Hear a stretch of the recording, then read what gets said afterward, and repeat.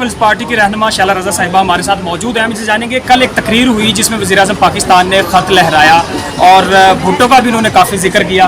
Madam پہلے تو ایک خط جو انہوں نے لہرایا ذوالفقار علی بھٹو نے بھی ایک خط لہرایا, کیا ڈفرینس یہ ہے کہ ذوالفقار علی بھٹو جو ہے وہ اسمبلی کو جو ہے عزت دیتا تھا, پارلیمنٹ کو, وہ اس خط کو پارلیمنٹ میں لے گیا تھا.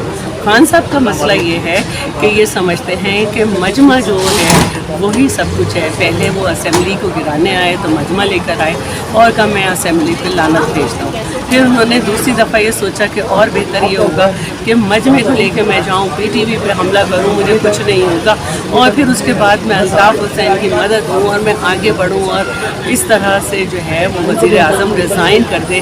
ابھی بھی انہوں نے 2.5 مہینے سے اجلاس نہیں بلایا. کوئی لیٹر تھا, کچھ تھا, اس کو بالکل لے کر آتے پارلیمنٹ میں, اپنی پارلیمنٹ کو اعتماد میں لیتے. آپ کے ساتھ ساری وہ جماعتیں کھڑی ہیں جو پاکستان کو جو ہے سمجھتی ہیں کہ سب سے پہلے پاکستان.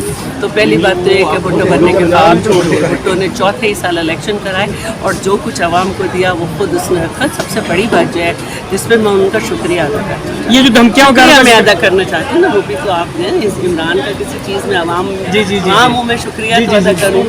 جب سے وہ آئے تھے ان کی پیڈ سوشل میڈیا, یہ وہ جس کی انہوں نے کل دھمکی بھی دی کہ منارے پر خان سوشل میڈیا پہ تصویریں لگائیں گے, تو اس کو وہ بتا کے گئے ہیں کہ خبردار آئندہ یہ نہیں کہنا کہ پیپلز پارٹی والوں تم کیوں لگاتے ہو زندہ ہے بھٹو. واقعی بھٹو زندہ ہے, زندہ ہے بھٹو, زندہ ہے. اچھا, یہ دھمکیاں وغیرہ جن کا ذکر کر رہے ہیں وزیر اعظم, کہاں سے مل رہی ہے, خط کہاں سے ہے؟ خواب و خیال میں مل رہی ہیں. آپ دیکھیں کہ کل ان کی جو زبان تھی, جو ان کی کل زبان تھی, وہ ایک ذی ہوش اور ذی حواس آدمی نہیں کر سکتا.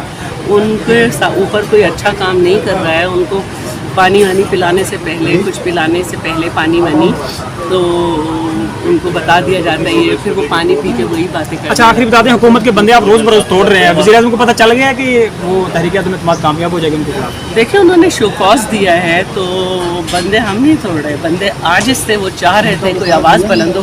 اگر ہماری پچھلے سال سنی جاتی اور ہماری باتوں پہ عمل ہوتا, اب ہوا تو یہ پچھلے سال ہو چکا ہوتا اور عوام کو معمولی چیزوں کے لیے دوسروں کی طرف ہاتھ پھیلانے نہیں پڑتے. وہ بھی دیکھو 550 روپے کلو ہے, اور بجلی کی قیمت دیکھیں, پیٹرول کی دیکھیں, یہ سب دیکھیں, ملک کا قرضہ دیکھیں, اندرونی بیرونی تجارتی خسارہ دیکھیں, تو ایک عام آدمی تو سر پیٹ لیتا ہے.